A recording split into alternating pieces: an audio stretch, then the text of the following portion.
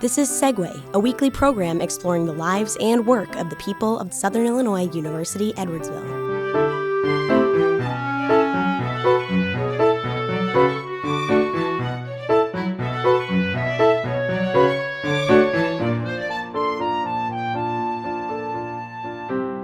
Hello, and welcome to another edition of Segue, the show that allows us to talk about issues and ideas here on the campus of Southern Illinois University Edwardsville. I'm Kevin Leonard, the Dean of the College of Arts and Sciences, and I'm very pleased to be here today with Dr. Jessica Hutchins, Interim Director for the SIUE University Honors Program. Dr. Hutchins earned a bachelor's degree in English from DePaul University in 2000, a master's degree in foreign languages and literature from SIUC in 2008, and a PhD in comparative literature from Washington University in St. Louis in 2014. She joined SIUE as a faculty member in the honors program in August 2021, and in May 2022 became interim director. Prior to her arrival at SIUE, Dr. Hutchins worked as a curriculum developer, integrating humanities into STEM education and PhD career development training. Welcome to Segue, Dr. Hutchins. Thank you. Pleasure to be here.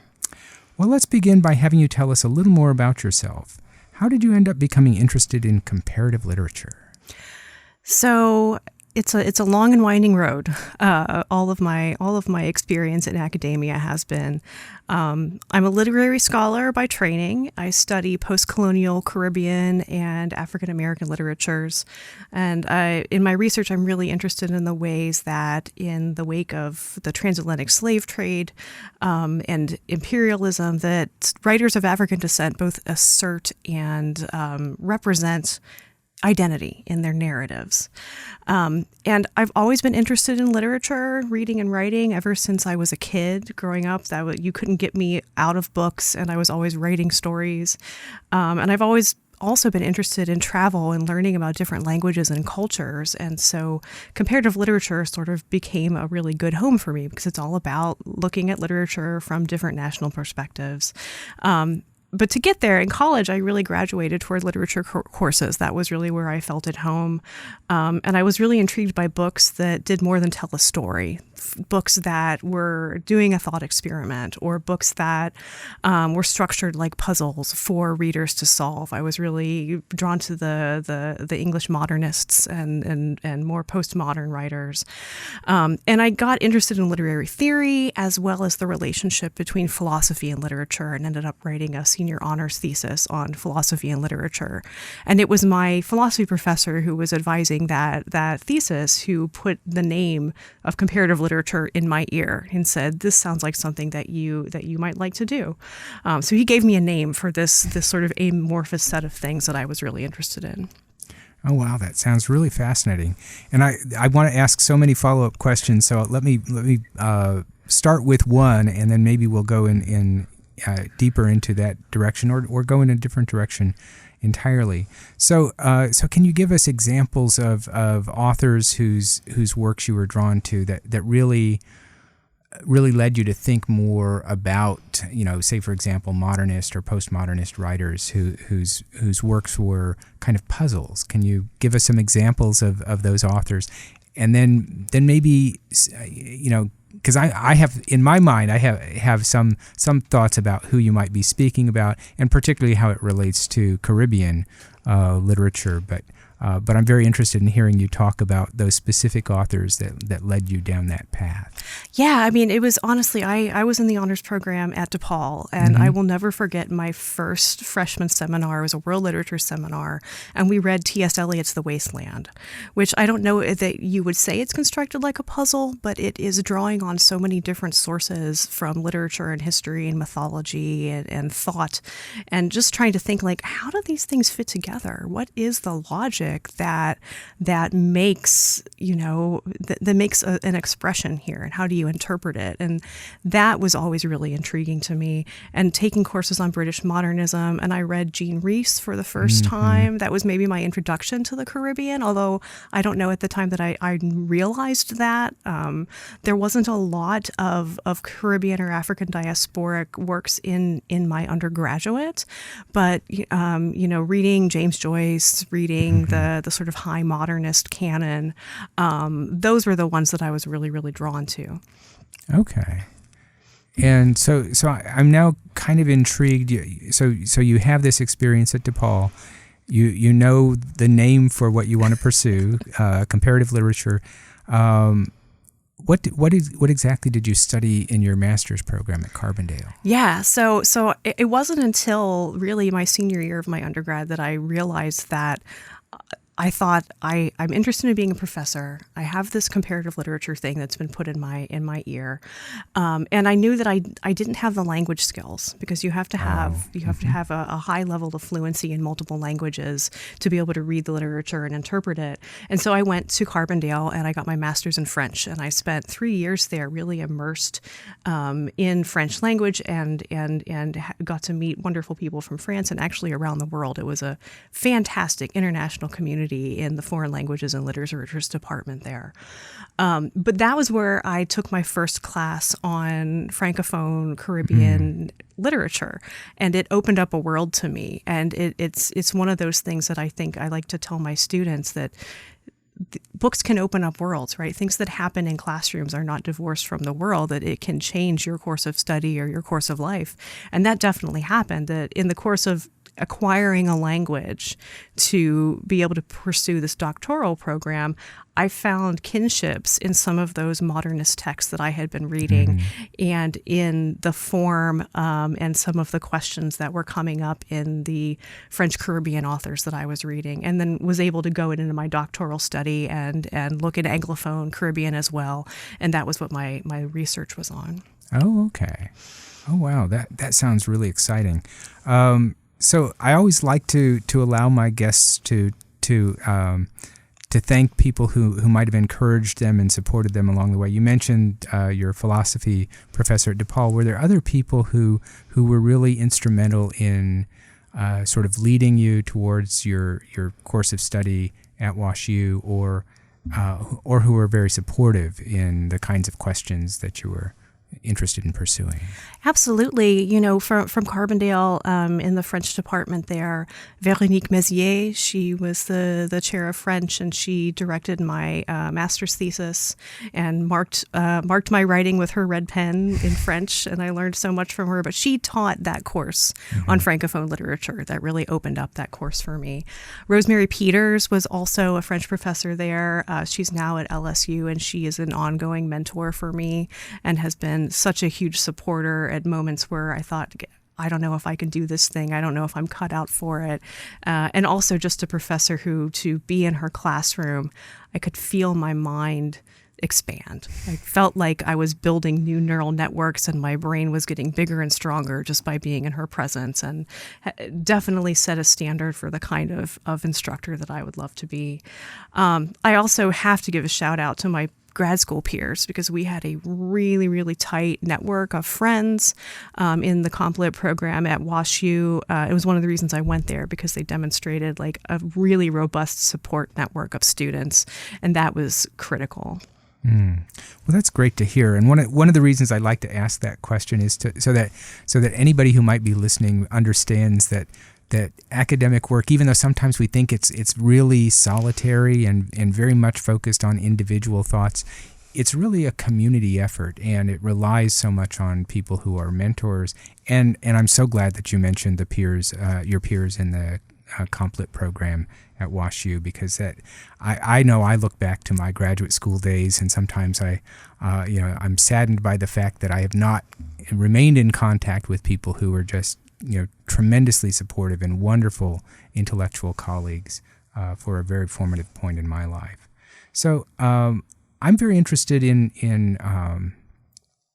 both your dissertation and what that exactly did, what you were arguing in your dissertation. But I'm also very interested in what you did after you finished your PhD. So integrating the humanities into STEM education, that sounds like a really fascinating thing. But let's start with your research. So what was your dissertation focused on? Yeah, so I was interested in, I became interested in narrative theory while I was at WashU. I had a really fantastic literary theory professor, Emma Kalfalanos. I should also mention her. She's now deceased, but was a really dear mentor and influence. And I was really interested in picking up some of these formal puzzle type novels, right? Novels that were challenging. Novels that, as I have talked about, sort of actively resist interpretation in different ways because they either withhold information or they are epistemologically unstable or they're told from different points of view, but that really invite ambiguous readings. And specifically in the African diaspora, the way that is an inflection of history and memory and identity. And so I was applying narrative theory to try and look at what are the formal characteristics of these novels? How are they constructed, right? What is the aesthetics that is creating this effect?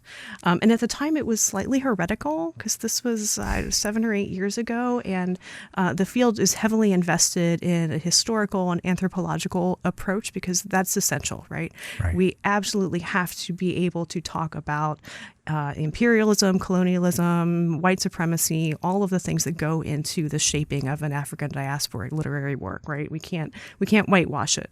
And so sometimes the analysis from an aesthetic or a narrative theory point of view, you have to go out of your way to demonstrate the balance between those things, and that was really my goal, was to say, how are writers like Maurice Condé in the French context, Patrick Chamoiseau, how are Wilson Harris, who's from Guyana, Erna Brodber, from Jamaica, how are these writers representing that history? How are they making it difficult? What are they withholding? What can we learn from that? The field has actually gone in that direction, in a sense, in subsequent times. So I think there's a future for the work. Oh, okay. Now, how did you work to integrate the humanities into STEM education? I'm very intrigued by that, and I want to know more, and I want to learn from you. So. Okay. So this is we just talked about my research. So I took essentially, I don't know if it's a left turn or a right turn or a U-turn, but it was a turn. When I was graduating, as I'm sure you're aware, there were many more PhDs than there were academic jobs in literature. And I got really interested in that problem. I got really interested in career development, career options for PhDs, partly because I was going through it myself and I was watching all of my friends and peers going through it and thinking, there has got to be a better way to prepare these brilliant and highly educated people for a wide range of careers. And so I started writing a blog, right? I took the position of feminist inquiry, the personal is political, and was telling narratives and recruiting my friends to write narratives so that we could just examine this thing and try to understand it. And as I was doing that, I was also, looking around at various jobs, and there was a job open at my alma mater, WashU, in the biomedical sciences to do career development training for biomedical scientists. They're heavily funded by the NIH, and the NIH was starting to see this problem of PhDs not having fulfilling jobs. And they said, well, we need to train them. We need to make this part of PhD training, which is fantastic. And humanists have adopted this. It's becoming more widespread. And so what I expected to be teaching them how to write resumes and how to search for jobs and all of these kinds of things. But what I found out quickly once I got there is that things like writing and communication are considered career development skills in the sciences. And so one of the very first things I was asked to do was to develop a writing class, which was straight out of my humanities wheelhouse, right? I had just been teaching writing as a graduate student. And so it was a matter of saying, what are the rhetorical situations for the scientists? And this evolved into, how do you communicate science to scientists outside of your field, right? How do you identify your field-specific jargon? How do you make it interesting how do you make biochemistry interesting to a geneticist, to a plant biologist, somebody who's sort of not necessarily in your field? And then how would you make that interesting to a non-scientific population? Mm-hmm. How would you make it interesting to high school students who might be recruiting into the sciences, to your grandmother, to your legislator who needs to give more funding to your research? So it was straight out of Ret Comp, rhetorical situation stuff. I started to incorporate concepts from linguistics to think about, like, how does communication and words actually work? Where are the ambiguities in order for us to identify where communication can break down in order to avoid it? We did a lot of, I would take excerpts from published scientific articles, and then we would talk about what was challenging to read, how we could make it more readable, and then extract principles of concise, precise writing based on that revision activity. So things that I knew how to do from the humanities, applied them in a new context. And the other thing that I found is that so much of the pedagogy in the sciences is around a lecture and test model, whereas most humanities classes, at least the ones that I've been in, are more about co-creating knowledge, small group discussions, thinking through ambiguous situations and different points of view. And I brought that pedagogy into my classroom and used that in the writing course. I also developed a course on career development, which was more, it's not really about how do you write a resume. It's about who do you want to be? Where do you want to go? What's your story? And did reflective writing exercises and just brought that sort of humanities pedagogy toolbox into it. Also developed a leadership curriculum. Okay. Based on that. So it was part humanities content, part humanities pedagogy.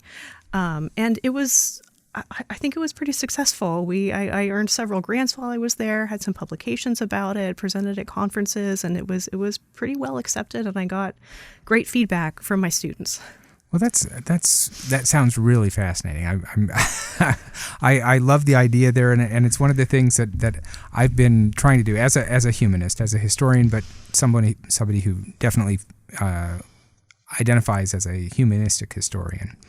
I'm somebody who thinks it's really critical for people to be able to communicate across disciplines, and so one of the things I've tried to do in my time as dean is to really try to understand exactly what it is that the chemists and the biologists and the physicists are doing in their classrooms and also in their scholarship. But then I think it's really important for them to be able to communicate that more broadly. And the college does provide an opportunity for that. But it's still, I think in some ways we're often stuck in our patterns, and it's very helpful for us to try to break out of those ruts. So you ultimately decided that you wanted to come back and teach in an honors program, which I'm very pleased you did. I'm very fond of the honors program here. But can you tell us a little bit more about the program, what the mission is and who it serves? Absolutely. So I think of the University Honors Program as both a curriculum and a community.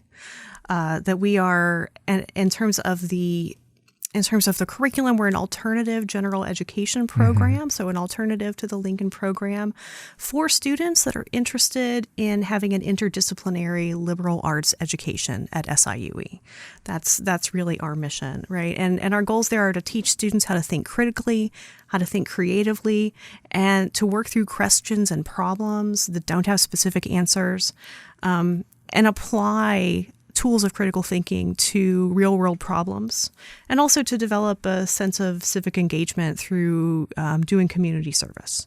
So connecting, the sort of ambiguous ambiguous questions we're exploring in the classroom to real-world situations. Building that bridge, I think, is an important part of it. And we have faculty and students from all across the campus, from all of the schools. We draw our faculty. They come and teach. Students who are in all the majors are in the honors program. And so that's one of the really interesting parts about where the curriculum and the community come together, right? It's naturally interdisciplinary because we have students in every classroom who have got different interests and different backgrounds and different trainings. And we currently have about 500 total students in the program. Oh, wow. Now, how are students admitted to the honors program? The majority of the students are admitted through the Meridian Scholarship application process. If a student receives and accepts the Meridian Scholarship, they are required to follow the honors curriculum and be part of the program. However, students that are awarded the Provost Scholarship are also given the option and the opportunity to enter the program. So that makes up for 75 or 80% of our students. But we also have a direct admit program where students who have been accepted to SIUE, they can go to our website, which is siue.edu/honors, and see information there. There's a holistic application. It involves things like, academic achievements, service work, activities, also writing an essay. So students who are really interested in this kind of education can apply directly, and that's a rolling application. Oh, okay. So shifting gears, of course, we have been living with COVID-19 now for more than 2 years, and it seems like it's always present. But can you talk a little bit about how the honors program's operations have been affected by the pandemic? Yeah, I think like everybody, the community aspect has been really affected. There have been in-person events that we haven't been able to hold over the past couple of years, including new student orientation and onboarding events that are so important for getting students to start building connections. We were just able to reinstate that just this August, right? Yeah. So it had been 2 years without that kind of experience. And, we typically have like a barbecue and we just were really lacking those opportunities to get people together outside of the classroom. And obviously, while we were doing online education, we weren't even able to gather in person in the classroom. And so I think, I talked about a curriculum in a community. The curriculum has persisted. I don't know. I think examples work their way into the classroom related to COVID. I think it's impossible for them not to, and they should, right? But it has definitely been a challenge, I think, to maintain that community sense, and we're excited about this academic year and being able to do some more things together as a community. Yeah, no, I have to say that the opening events around the new student experience, the SIUE experience, just having the students back on campus has been a really different experience for me, having been the dean for 2 years. But each of those first falls in 2020, 2021, really relatively few students on campus. And now it feels like a very different place. I get much more of a sense of what the campus is like when people are here and engaged.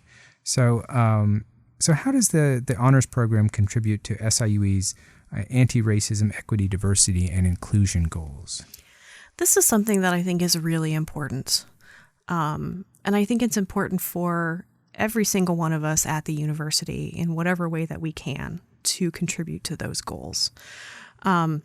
They're also really essential, especially for the honors community and our curriculum, right? Because if we're looking, our inquiry is all about looking at different points of view, thinking about ambiguity, thinking about real world problems. And so we need students and faculty with diverse identities and backgrounds and interests in the classroom to carry out that mission, right? It's essential academically.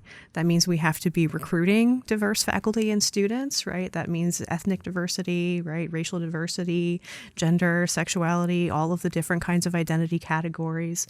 And we have to create an environment where everybody feels like they belong here. Because it's one thing to recruit them, but it's another one to retain them and make them really feel like SIUE belongs to them. And also providing resources so that everybody can succeed. That's the equity part, right? Is meeting people where they they are and getting them what they need. And I would say in terms of the honors program, this is a work in progress. We've been doing some things, but we have more work to do. We've been working to integrate equity, diversity, and inclusion topics into our curriculum explicitly. In 2021, the Honors 300 Pro Seminar topic for 2021 through 2023 years is social justice. That's a course topic that rotates every 3 years that students choose, and that was in response to students after the murder of George Floyd saying, we need some explicit anti-racism, social justice content in our curriculum. So we had our first set of those last spring, and it was great to see those roll out. I got to teach one of them. It was pretty amazing.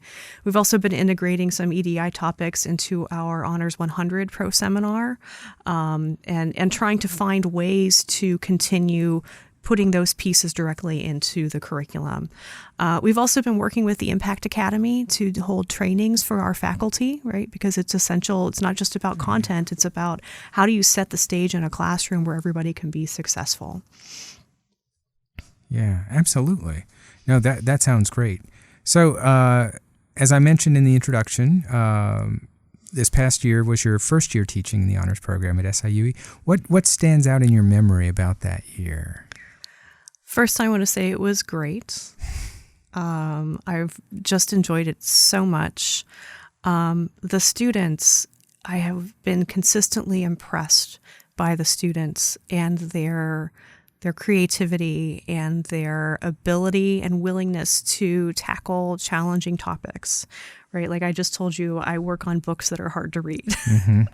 And having students be game, right, to say this is really hard, but then be able to walk them through and have them make sense of it is I think really meaningful. I taught an Honors 300 course. We read The Broken Heart of America, which is about the racial capitalist history of the St. Louis region, and it was I think really eye-opening for a lot of people. And it got really real, right? Mm-hmm. But the students were there for it. They showed up. They wanted to ask the questions. They wanted to engage with it, and I've been really, really impressed with that. I think the other thing is just getting to teach interdisciplinary courses, getting to teach, books from my dissertation, getting to re-engage that work has been really exciting.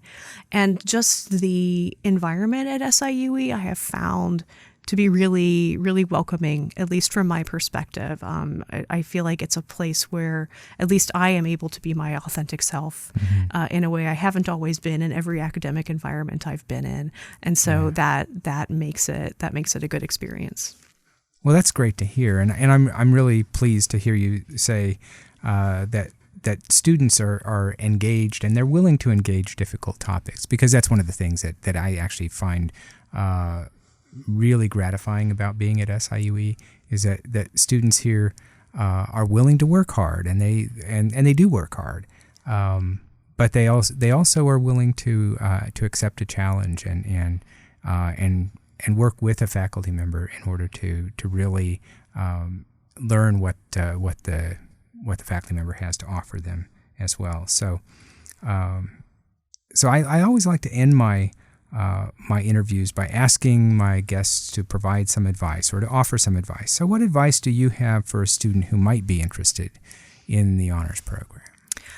I would say, first thing, if you're interested, apply. There's never any harm in applying. But also be curious. Be open to not knowing all the answers.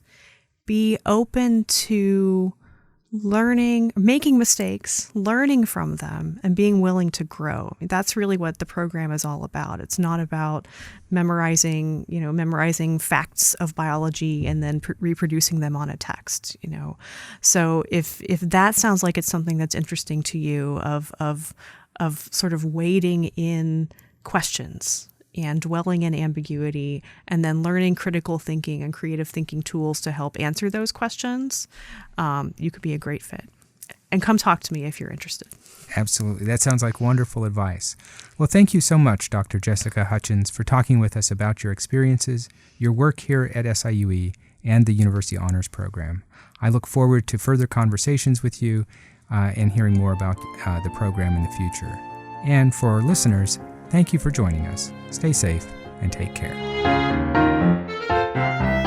This has been Segue, a production of the Department of Mass Communications at Southern Illinois University Edwardsville. All rights reserved.